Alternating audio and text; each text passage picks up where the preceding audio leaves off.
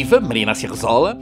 Como é que está entre nós, em Portugal, a investigação sobre história contemporânea portuguesa? Poderíamos dizer que está muito bem e que se recomenda.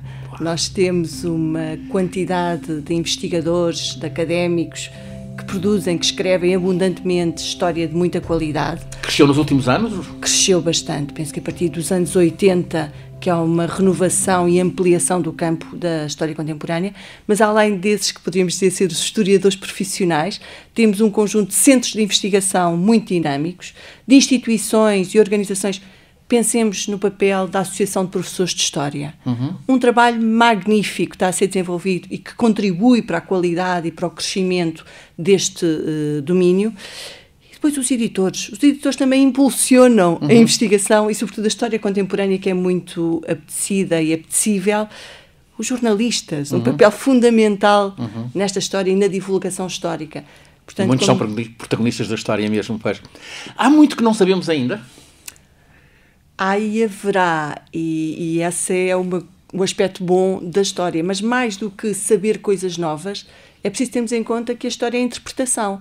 Portanto, há visões, há perspectivas, há interpretações que serão sempre novas. Eu costumo ter sempre essa conversa quando nos perguntam, sobretudo com a questão da diferença entre história e jornalismo, pontos em contacto, que há muitíssimos.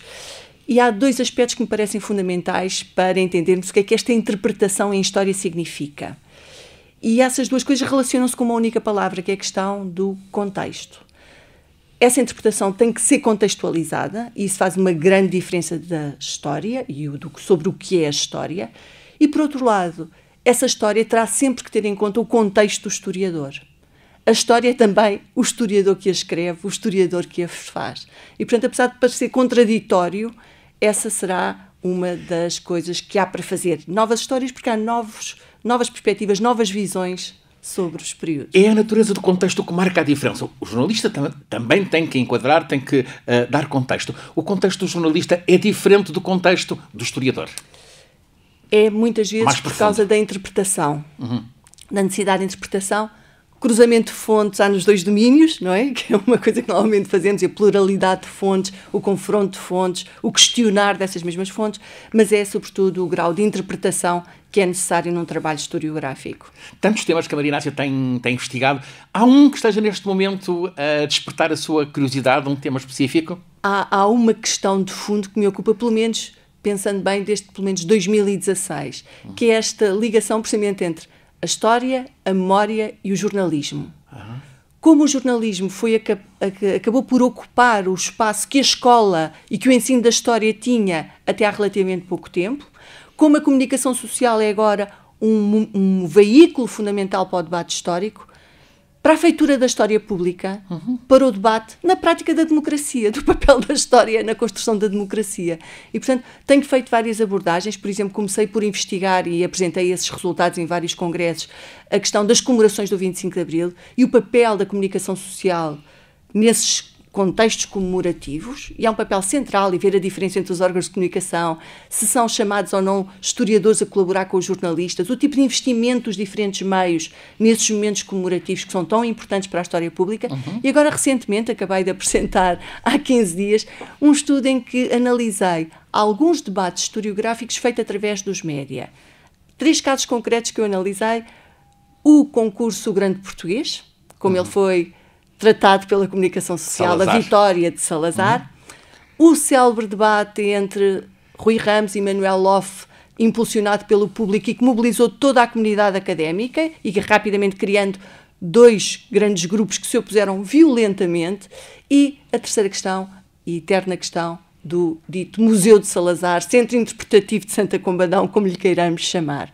E, portanto, através destes 3 casos, eu comecei a aproximar-me de uma outra forma para esta questão que tanto me inquieta, que é essa relação entre a história, a memória e a comunicação social. Com uma impressão inquietada sobre a cobertura jornalística desses acontecimentos? Alguma. Ou seja, o jornalismo, os meios de comunicação, os jornalistas empenham-se, os jornalistas fazem o seu papel, mas a verdade é que nestes contextos, eventualmente, se poderia e deveria exigir alguma coisa mais dos jornalistas e da comunicação social. Tomemos menos como emocional, exemplo, menos sensacionalista. menos emocional. Por exemplo, um dos grandes problemas, tomemos como exemplo o debate Rui Ramos-Manuel Love. Rapidamente se passou e acabou por se resumir todo o debate a ataques pessoais. O papel dos órgãos de comunicação social poderia ter ido mais além e apresentar as questões de fundo para que o público pudesse analisar o que é que estava em causa, qual era de facto o debate que estava em causa naquele contexto.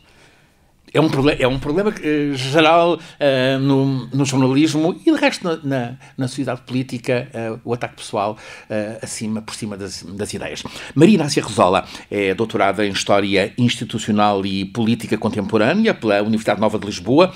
É uma reconhecida, prestigiada investigadora do Instituto de História Contemporânea da Faculdade de Ciências Sociais e Humanas da Universidade Nova de Lisboa. É professora da Escola Superior de Comunicação Social, do IPL, o Instituto Politécnico de Lisboa. Muito da vasta investigação que tem conduzido está publicada em uma boa dezena de livros, para além de várias entradas, que são capítulos dos 8 volumes do Dicionário da História de Portugal. Maria Inácia Rosola é investigadora convidada neste episódio, que é o 4º do podcast Ciência da Escola Superior de Comunicação Social. Maria Inácia dedica-se à história contemporânea há umas 3 décadas. Há um acontecimento específico desta nossa história comum que a tenha despertado, que a tenha puxado para a história contemporânea? Eu penso que, entre as muitas coisas que poderia recuperar neste contexto, eu iria destacar 2. Em primeiro lugar, os excelentes professores de História que eu tive no ensino secundário. Os professores que temos são fundamental. Eu venho de uma família em que, exceto a minha avó do lado materno, que tinha formação em literaturas clássicas, tudo o resto são pessoas da economia, da engenharia. O meu pai era engenheiro, um dos meus irmãos é engenheiro. Portanto, este percurso na área das letras não era expectável. E, portanto, esses professores foram fundamentais e alguns continuam a recordá-los com muito carinho e a utilizar muitas das perspectivas e dos métodos de ensino que eles utilizavam. E houve um segundo aspecto que acabou por ser determinante no meu percurso e nas escolhas que eu fiz de há 30 anos a esta parte, posso dizê-lo, que foi um convite para participar numa exposição nos 20 anos do 25 de Abril. Foi o meu primeiro trabalho de investigação e a primeira entrada nesta área, neste domínio, neste período.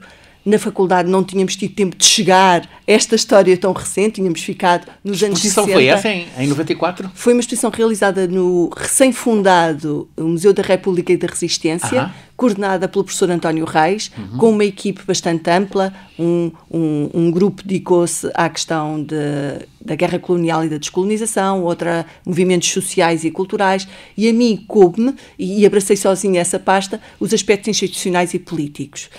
E a primeira coisa que eu fiz foi, além das cronologias óbvias, foi tentar recolher sons. E foi um som que, na prática, determinou o meu percurso. Qual foi o som? O discurso da Almada de Vasco Gonçalves, no verão de 75. Graças ao excelente arquivista dos arquivos da rádio, da RDP, ainda funcionava no Calhas, que o primeiro som olhou para mim, viu-me muito imatura, muito jovem, muito desconhecedora daquele período, e que me disse: vou colocar-lhe um desafio. A primeira gravação que lhe vou dar a ouvir é um discurso que se realizou no verão de 1975, num dos momentos mais quentes do processo revolucionário. Eu conhecia ainda muito mal a figura de Vasco Gonçalves. Tinha uma visão muito superficial sobre o que era isso que todos falamos, que é o verão quente de 75, e aquele som mudou radicalmente a minha perspectiva e as minhas opções mesmo em termos académicos. O discurso propriamente dito, o som, o tom, a forma como o discurso corre e toda a envolvência, os gritos Vasco, Vasco e as constantes interrupções marcou-me determinantemente. Que depois há um outro discurso, creio que no Sabugo... Esse é anterior. É anterior, nas campanhas de dinamização cultural. Sim. Esse ouvi depois. E há um complemento fundamental. E aí consegui perceber as diferenças, por exemplo, do próprio tom de voz do Vasco Gonçalves, não só em termos de conteúdos, mas também de prestação discursiva. É uma figura muito pouco celebrada pela maioria das pessoas, o Vasco Gonçalves. E, no entanto, um anti-herói, não é? É um anti-herói, claro. Sim. Fala sempre, quando se fala em Gonçalvismo, é uma marca significativa, o perigo vermelho. Não é? E, portanto, no entanto, é uma personagem fundamental. Fundamental. Se me perguntasse que personagens é que falta estudar deste período, É o Vasconcelos. Ele é um Vasconcelos. deles. É um deles. Voltando um bocadinho atrás, situando-nos, ao falarmos de história contemporânea, de que período é que estamos a falar? Há definições que apontam a história contemporânea é o que vem depois da Revolução Francesa. Sem dúvida.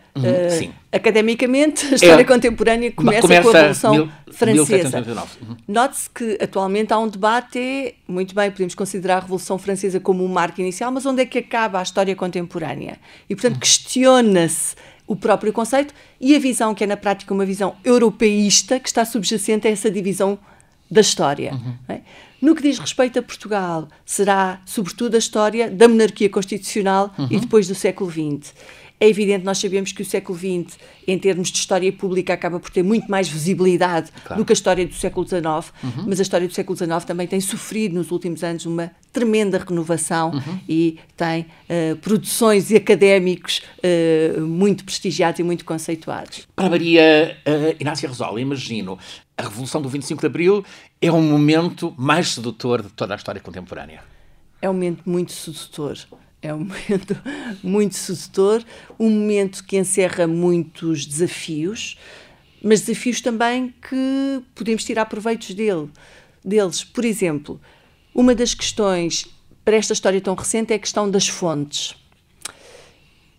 Eu sou uma grande adepta das fontes arquivísticas, dão uma grande segurança, ainda que também elas, seja necessário questioná-las, criticá-las, confrontá-las com outras fontes. Mas para esta história tão recente, os arquivos são muito parcelares e muitos não estão abertos ou não estão acessíveis ou não conhecemos o seu paradeiro.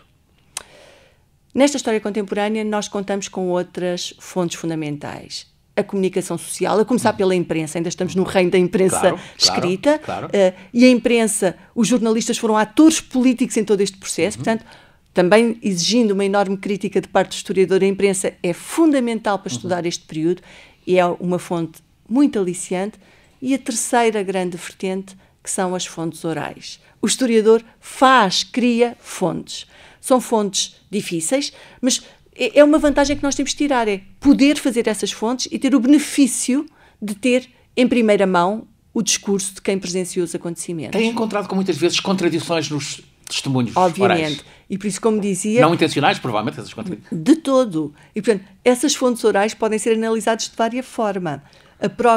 As próprias reconstituições da memória, que necessariamente todos fazemos, e basta pensar no nosso cotidiano, num curto espaço de tempo, como os acontecimentos se alteram quando os recordamos.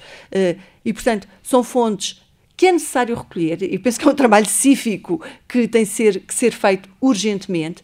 São fontes que o historiador pode e deve usar, mas obviamente com cautelas, cruzando com outras fontes, questionando esses depoimentos, essas memórias, que são necessariamente fruto da circunstância em que elas são produzidas. Não são uma reprodução linear, clara, objetiva do que se passou, mas a forma como atualmente os protagonistas olham para o seu papel, para a sua época, para os acontecimentos.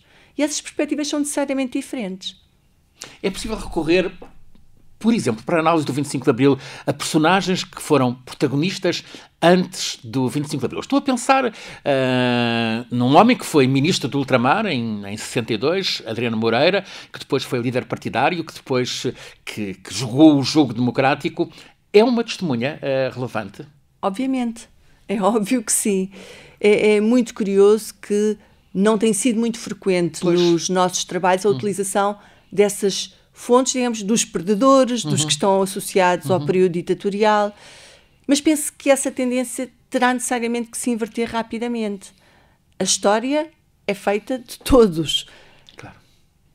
Há um outro problema, que muitas vezes essas fontes, esses protagonistas do outro lado, se quisermos, recusam dar testemunhos, deixar as suas memórias e tentam proteger-se. E porquê? Porque, como sabemos, há e tem havido e haverá sempre manipulação ideológica da história. E, portanto, a necessidade de salvaguardarem muitas vezes impede-os de dar o seu testemunho. Estará agora a esbater-se mais essa manipulação, como é provavelmente. Óbvio. Claro. Se nós pensarmos nos atuais estudantes de História e jornalistas, já terão uma outra abordagem, mas também uma outra recepção por parte destas pessoas que até aqui, eventualmente, se recusaram a deixar o seu testemunho porque pensaram que iriam ser atacados, que os seus depoimentos seriam manipulados e, portanto, penso que é hora urgente de começar a fazer esse trabalho. Momentos determinantes da Revolução Portuguesa, do golpe de Estado e depois da Revolução Portuguesa. O 25 de Abril, claro está, depois o 28 de Setembro, depois o 11 de Março, depois o 25 de Novembro e depois há etapas, outras etapas, mas a Revolução... E até acrescentaria um outro, Sim. E já vamos a esses marcos, que é o 25 de Abril de 75. Que é determinante das primeiras eleições livres. Sim. Não é? Depois podíamos ir acrescentando claro. N elementos. Esses 3 marcos, há quem questione muito. Nós podemos dizer atualmente que há 3 correntes interpretativas, sendo redutores ou limitarmos a 3 grandes escolas interpretativas do 25 de Abril, que não são novas. Datam dos primeiros estudos, quando esta história ainda era feita por historiadores protagonistas. Nós temos uma primeira grande escola interpretativa, que foi fundada, podemos dizer, por José Medeiros Ferreira, que coloca os militares no centro da ação, e aí, porque é que eu recordei esta questão, pelos 3 marcos que enunciou, uma das teses que ele lançou e que depois foi desenvolvida é que, na prática, a sua importância é tão evidente que os 3 pontos de viragem, que acabam por assinalar 3 ritmos, 3 momentos da Revolução, são marcados por tentativas de golpe. Sim. Claramente militares, claro. Em que os militares são uma força central. Mas golpes frágeis. Golpes o último frágeis, não. Golpes frágeis. Sim. Claro. Já voltarei a isso. A segunda grande corrente interpretativa que podemos dizer foi introduzida por António Reis, que era então um deputado constituinte do Partido Socialista, um homem da máquina ideológica e de doutrinação do Partido Socialista. Fundador do Partido Socialista. Fundador do Partido Socialista, exatamente, que diz que o vital, o fundamental no processo foram os partidos políticos e, finalmente, uma terceira, mais difusa, mas hoje a que tem maior sucesso, que diz que o que se passou se deveu, sobretudo, às ruas, às massas, ao povo, como o queremos. Como grande protagonista. Exatamente, que é atualmente uma das correntes mais apetecíveis e que em mais desenvolvimento está. Maria Inácia, acarinha essa ideia de o povo grande protagonista? Ou o povo vai atrás? Os 3 são grandes protagonistas e é muito curioso que muitas das críticas que são feitas revelam, podemos dizer, uma predisposição para condenar que seria desnecessária, porque nenhum dos autores aniquila o papel dos outros intervenientes no processo. E eu penso que só uma leitura equilibrada do papel das 3 forças, das 3 correntes, nos permite perceber o que aconteceu entre o 25 de Abril e o 25 de Novembro de 75. A história do 25 de Abril, não falo dos antecedentes, as reuniões no Alentejo, a noite do 25, a noite, a madrugada, aquele dia, já sabíamos tudo ou nem por isso? Será que sabíamos tudo o que se passou dentro do quartel do Carmo? Sabemos muita coisa. O essencial sabemos. É um assunto arrumado. Um livro. Não será nunca um assunto arrumado pela questão que dizemos inicialmente. Há sempre interpretações, visões. Um historiador que trabalha agora os mesmos documentos que deram lugar ao livro sobre a posição da GNR e o que se passou no interior do quartel da GNR nesse dia, se esse mesmo trabalho for feito atualmente por um jovem historiador, certamente que as conclusões, as interpretações serão diferentes das do coronel Nuno Andrade, que foi o pioneiro nesse estudo. Claro. E, portanto, há sempre detalhes.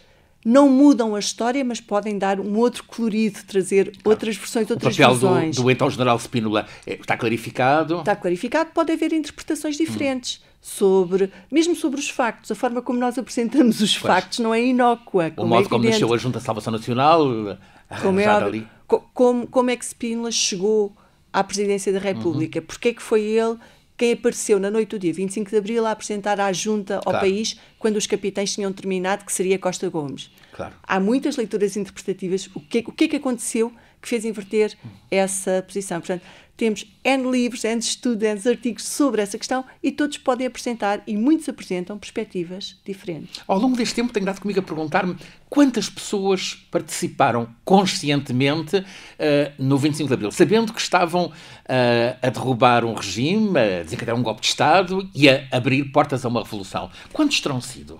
A resposta imediata que eu própria tenho repetido inúmeras vezes é de que o grau de consciência política, o grau de politização do movimento dos capitães seria muito baixo e que capitães, ou já não necessariamente capitães, ou pessoas envolvidas no movimento com formação política, com leituras, com doutrinação, se contariam pelos dedos das mãos e nos sobrariam dedos. A Maria Inácia investigou amplamente a figura de Ernesto Augusto Melo Antunes. Ele é um grande homem da Revolução, é o intelectual da Revolução, porventura. É sem dúvida. Provavelmente será... A figura mais luminosa... Não diria luminosa, porque se nós pensarmos em termos de atratividade, e digo-lhe mesmo, já levava alguns anos quando me fizeram, foi uma proposta que me surgiu, não foi por minha iniciativa que desenvolvi esse trabalho, mas em boa hora que me fizeram essa proposta, não se revela uma figura particularmente atrativa. É sem dúvida o ideólogo, o grande teórico, o grande pensador. Mas quando fala é sedutor. Que atrai porque é uma figura densa, difícil e em muitos contextos, e mesmo em alguns dos seus posicionamentos, pouco afável, pouco atrativo. Não encerra a emotividade de figuras como a de Otelo, por exemplo, claro, para não claro, irmos mais longe. Claro. Agora, que é uma das figuras centrais de todo o processo, sem dúvida.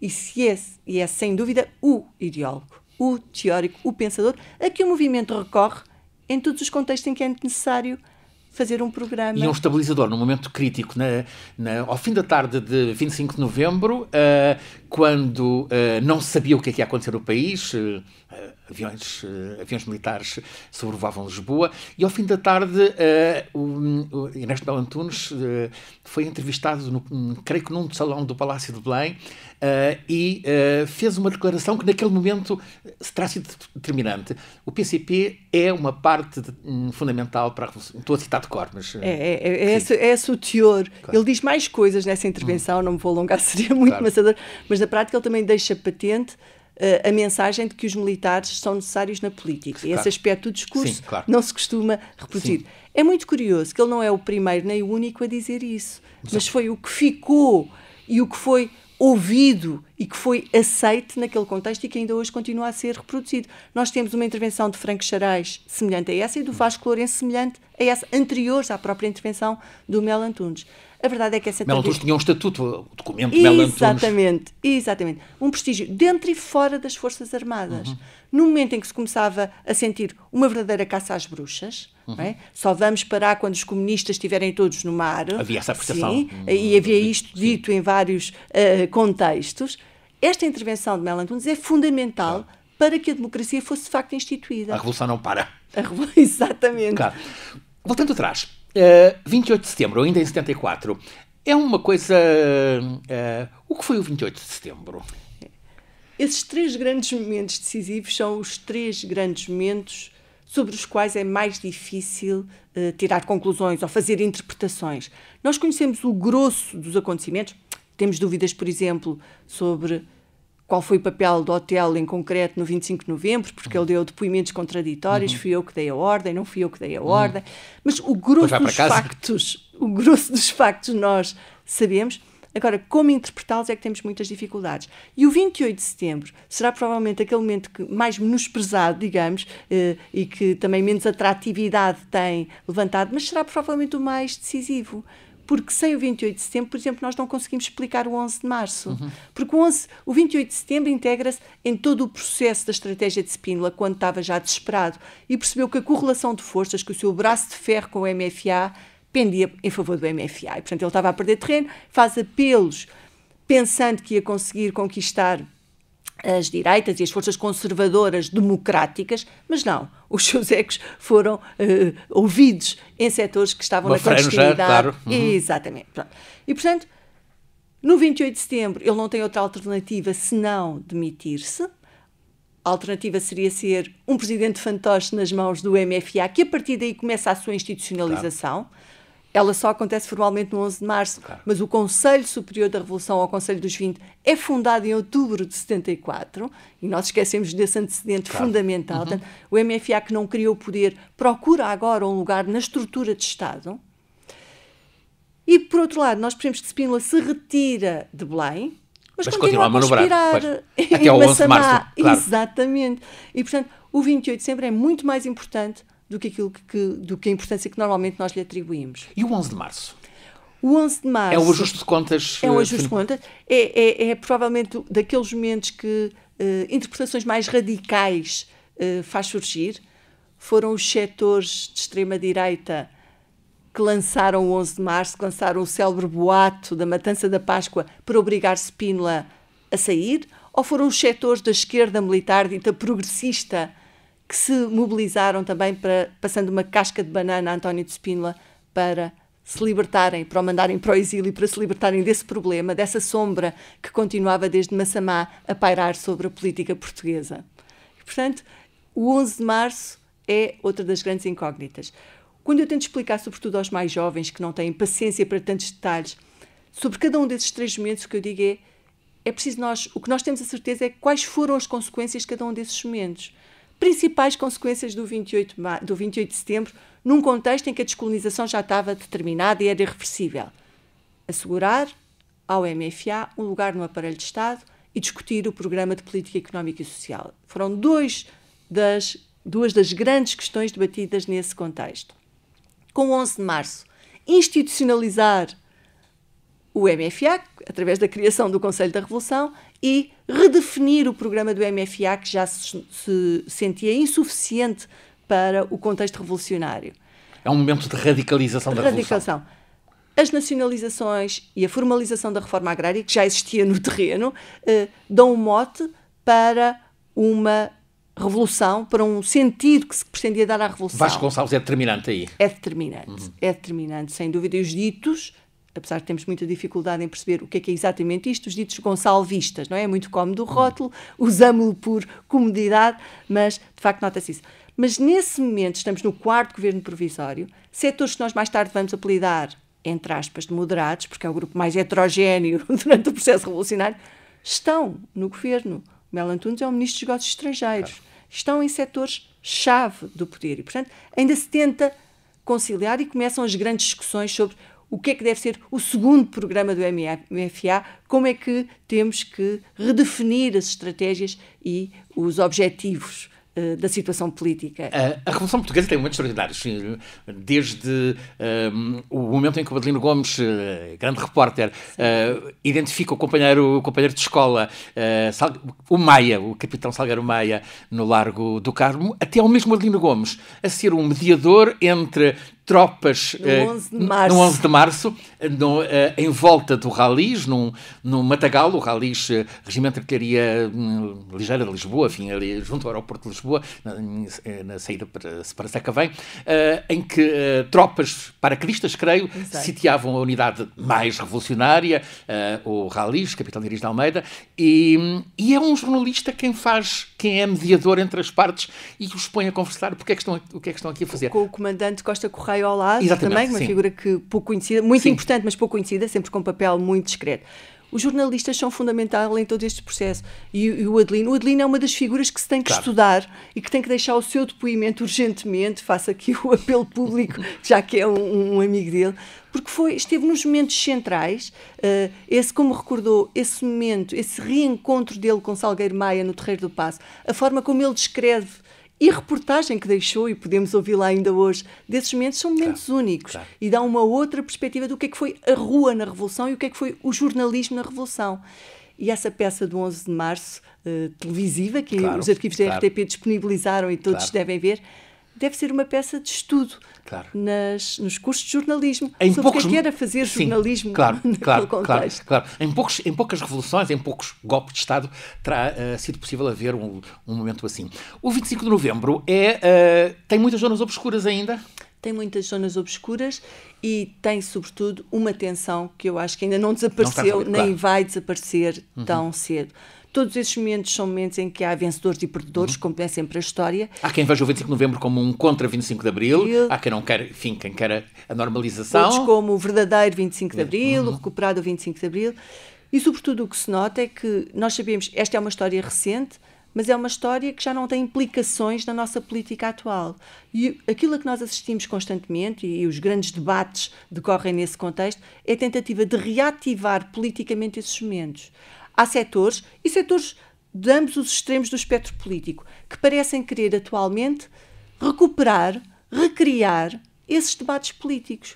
O contexto de Portugal de 2022 não é o Portugal de 1975. E, portanto, é um mau serviço à história, é um mau serviço a Portugal e é um mau serviço à democracia portuguesa. Pegar nessas inflamações. Exato. e manipular ideologicamente esses contextos. A relação entre os políticos e os militares ao longo do período revolucionário, sobretudo, está estudada? Está muito e bem estudada a intervenção política dos militares, mas é também uma história que tem sombras e que terá sempre. Um dos aspectos que a mim sempre me gerou muita curiosidade, mas sobre o qual tenho sempre muitas resistências em escrever, é sobre as relações que existiram, e nós temos mais do que evidências que existiram, entre os diferentes setores militares e os diferentes partidos políticos. Os únicos que já declaradamente assumiram essa proximidade são os setores ditos melantonistas, ou muitas vezes chamados de moderados, e o Partido Socialista. Todos os outros, nós falamos de eventuais ligações entre vários grupos de extrema-esquerda e os setores ditos comunistas ou hotelistas, entre o Partido Comunista e os chamados gonçalvistas. Até que ponto é que nós podemos fazer essas afirmações? Onde há sintonia de posições em determinadas circunstâncias. Qual era a verdadeira relação? Qual era a dependência e interdependência entre esses setores? Sabemos pouco. Não temos documentos, gostaríamos muito dos historiadores, mas não há documentos escritos sobre essas múltiplas conversações que existiram e, portanto, estamos dependentes das memórias e da generosidade de quem nos quiser deixar essas memórias. Mário Soares tem uma relação complexa com o movimento dos capitães, com pessoas preferidas, com quem tem um diálogo forte. Sim, mas no verão de 1975 associa-se clara e abertamente ao dito grupo melantonista. Não temos qualquer dúvida, há múltiplas reuniões, há um concerto de estratégias e de posições que vai com grande harmonia, podemos dizer, dentro do que era a harmonia possível naquele contexto, até ao 25 de novembro. As coisas mudarão de figura a partir desse momento. Quando Mário Soares pondera mudar-se do Campo Grande para o Porto, Exato. naquela... E sobretudo depois do 25 de novembro, o que nós vemos, até esse ensaio ou essa ameaça de mudar a Constituinte para o Palácio de Cristal, é concertada com os moderados, é concertada com os 9. O que já não corresponde ou não entra nesta boa sintonia são as negociações da plataforma de acordo constitucional, do chamado segundo pacto MFA-Partido de fevereiro de 76. A legitimidade eleitoral já estava acima da legitimidade revolucionária, que era aquela que os militares tinham para intervir na política. E isso nota-se ao longo de todas as negociações do segundo pacto MFA-Partidos. O 25 de novembro coincide com o início da transição, de certo modo, com um pré-comício... Da normalização democrática. Sim. Mas da transição em Espanha. É o momento da morte de Francisco Franco, justamente. Uma morte que se vai prolongando, não é? Ele já está moribundo há muito tempo. Justamente. Há uma associação militar espanhola, creio que era a UDM, que tenta prender alguma coisa com o MFA e começa ali... A Revolução Portuguesa terá inspirado a transição democrática em Espanha? E nós sabemos que há longas e históricas relações, mas também um constante estar de costas voltadas entre Portugal e Espanha, não é? É um clássico, claro. É um clássico, não é? Uma grande proximidade geográfica, histórica, etc. No que diz respeito, em concreto, ao processo de transição, que no caso português foi revolução, no caso espanhol foi uma transição negociada, pactuada, há evidentemente impactos, influências, mas não tão lineares como nós gostaríamos. É preciso não esquecer, como o Francisco disse muito bem, que a transição propriamente dita em Espanha só começa quando a Revolução Portuguesa está a acabar. Ainda temos toda a consolidação democrática em Portugal, mas a Revolução propriamente dita, o determinante, já está encerrado. E, por outro lado, movimentos como o que falou, a União Militar Democrática, podemos dizer que são marginais dentro do contexto da transição espanhola. Houve influências em termos partidários, em termos sindicais, houve influências importantes. E houve, sobretudo, na minha perspectiva, e é uma leitura muito pessoal, uma outra influência, que foi o aspecto negativo, a lição negativa que os espanhóis podiam tirar da Revolução Portuguesa. E tendo eles um passado marcado tão tristemente e tão duramente com a Guerra Civil, que ainda hoje se sente na sociedade espanhola, eles não podiam correr o risco de ter uma situação semelhante. E, portanto, eu penso que se um impacto direto houve da Revolução Portuguesa na transição espanhola, foi essa lição, pela negativa. Não queremos um processo revolucionário. Não podemos ter um processo revolucionário. É evidente que há outras circunstâncias. Franco tinha preparado habilmente a sua sucessão através da restauração monárquica. Salazar, depois da desavença com Marcelo Caetano em 62, não tinha pensado na sua sucessão. Nós tínhamos uma guerra colonial duríssima. A questão colonial em Espanha é secundária. E, portanto, há outras questões a ter em conta. Mas eu penso que essa imagem negativa que pode ter, e que passou neste mundo em Guerra Fria para a Espanha, pode ter sido importante na forma como eles passaram da ditadura para a democracia. Maria Inácia, levou-nos ao tempo, à desavença entre Salazar e Caetano.